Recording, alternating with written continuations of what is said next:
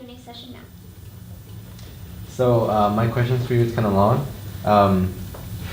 I know that it's hard for us to kind of bring out members or like just people to a fundraiser. So like, do you have any idea to make the next upcoming year fundraiser more effective? And like, can you name a couple?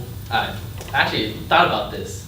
So being an IVP last year, I had the experience of working with other orgs. So I could keep in close touch with other orgs on campus. Knowing how we have STC and also part of APIC board next year. So I could really reach out to those orgs to announce it for us that we have a fundraiser coming out and to support each other. Because we definitely supported other orgs this year, and they'll come out and support us. And one of my ideas is that we typically have our GBMs at Park Boulevard, which is in the new Aztec Union. And I think it would be a great idea to have an OG's fundraiser right after our first GBM.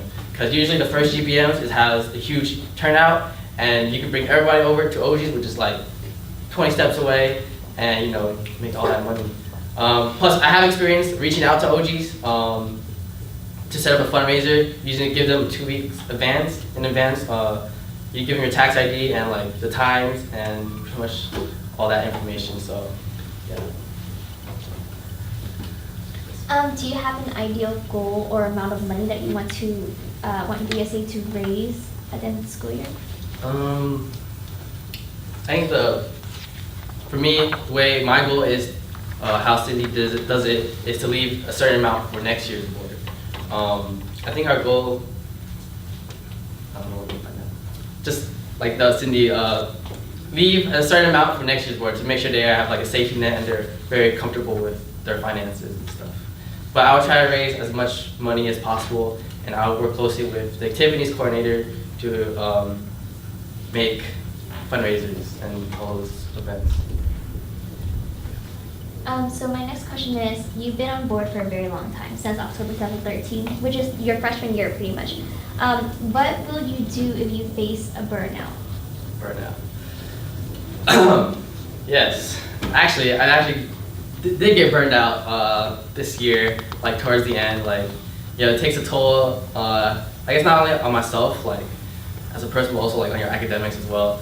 But you definitely will find that push to, it's just the people around you that really inspire me. Like for me, like coming back on board was mainly because of my interns, just seeing them grow from like new, like scared freshmen to like, really confident people, really inspired me to like stay on, make sure like they're, see them grow and like make an impact on myself. So, that's, my motivation for not burning out, sticking through it.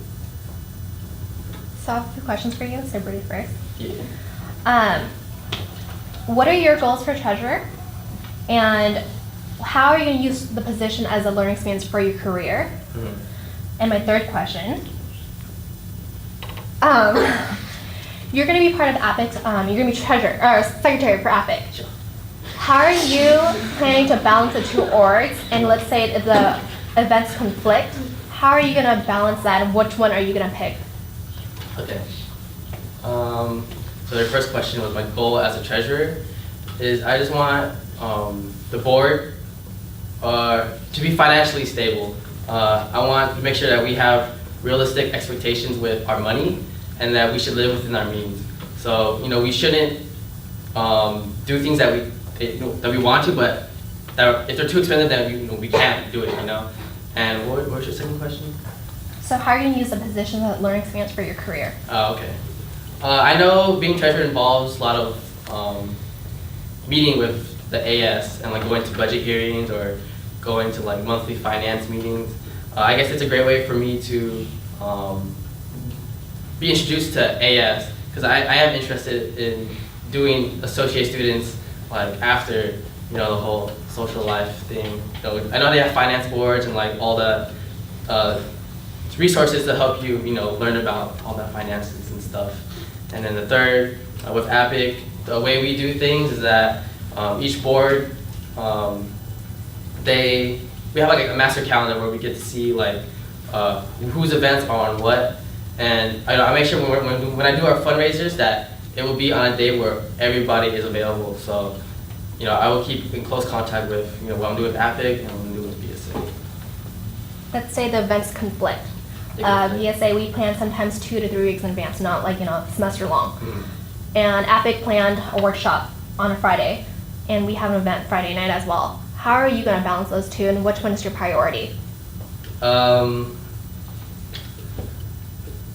me, I feel like APIC would be a priority because it is a growing org, and we do want it to expand and hopefully get more people to turn out.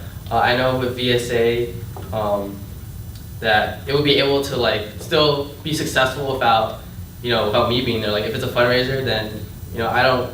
If the treasurer's not there, then like it's really won't make an impact because it's definitely what all the board members do together that makes that event successful. So I feel like I will definitely talk to it, let my president or let my board know that I won't be able to make it there, but I have faith that what I've seen so far that it'll be able. I won't be there. My other question for you, you mentioned that you want VSA to be financially stable. Mhm. How are you planning to make that possible? For me, I feel like fundraisers is a great way to make money, but also being able to balance how much you're giving out. Because I know we're giving a certain amount of funds, and from AS, I wouldn't want to use it like all in one semester. Like I want to like keep it balanced. Like tell my board like what can we do and like have budgets out. That to make sure we're all in sync of like how much money we have and how much we can spend. So we don't go over. I also want to clarify, as treasurer, you do not attend monthly AS meetings. It's because I'm on AS Financial Affairs Committee, and that's something you might want to do as well. So my question for you is, so hopefully next year we'll have a VCN, Yeah. and there will be film festival too. I know this year it was lucky enough for us to to have AS sponsor everything for us. So how can you tell me your how would you manage to have both events, because they both need a lot of money? Mm-hmm. Last question? Yeah. Alright, cool. So I know film festival and VCN, they will require a lot of money. Maybe the most ideal thing to do is to have a film festival in the fall semester, like towards December.